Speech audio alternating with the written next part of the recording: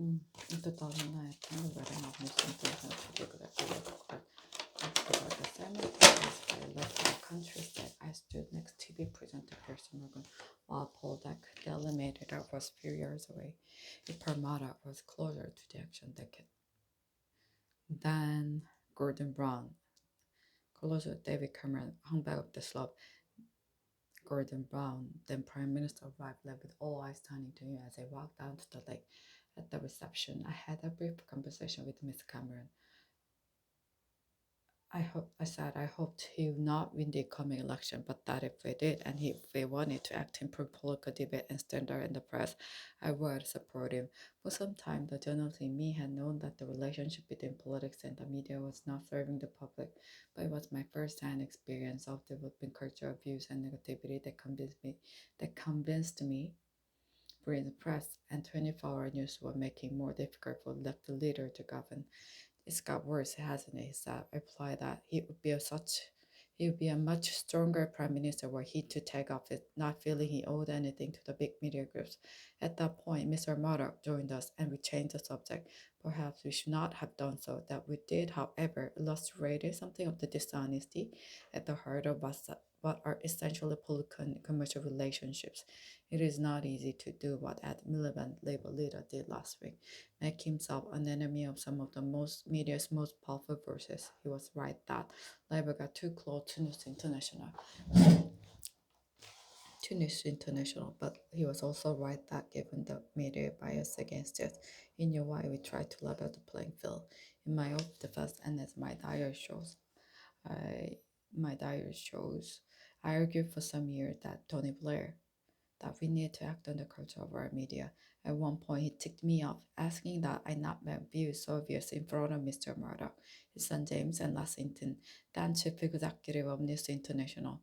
Ultimately, Mr. Blair thought the press had become a problem, but that given all our other priority, people would not understand that our taking them on.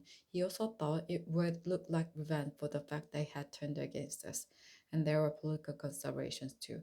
Trying to govern and win election is hard enough without the press being against you. I accept that for all of us, at times media support was something we courted at the expense of positions of principle on media issues, but that trap has now been sprung. The latest revelations have forced the police, News International, and the government to act. The police will now be more vigorous. News International will continue with their kamikaze crisis management, which one day will be studied as a textbook case of how not to do it. But the most important developments are the most Prime Minister during inquiries into press practices and a new system of regulation. These mean we now have once in a generation opportunity for a new settlement between politics, the media, and the public. Nobody can argue that we have the press we deserve. Pressured by technological change, a dominant strain of Britain's media has gone into a spiral of decline, in which this scandal is only the most dramatic developments. Mr. Cameron did not look comfortable announcing the reviews. He has personal relationship at stake, and given he hired Andy Carson as his communications director, his judgment is due. Already, the backlash from part of press has begun as they seek to maintain that anything but too slow self-regulation is an assault on the free press. But Mr. Cameron must stand back from all of that and ask himself what is the right thing to do. He did some of it last Friday. The judicial inquiry should be far-reaching. The news of the world is far from alone the use of devious and illegal practices as widely ignored from report from the Information Commission I've shown. Part of British media reminds me of the trade union before Mrs. Thatcher. They feel untouchable. As I say above, Labour could and should have done more to deal with the fear abyss, but just as the MP's expenses scandal emerged from the failure of Mrs. Thatcher's government to tackle MP salaries, so the system by which she showered honours on editors and owners, a practice to which we put an end with a rule that no serving editor could be honoured, means you had to have something to answer for. Whatever the past, it is Mr. Cameron who must lead the country to a better place.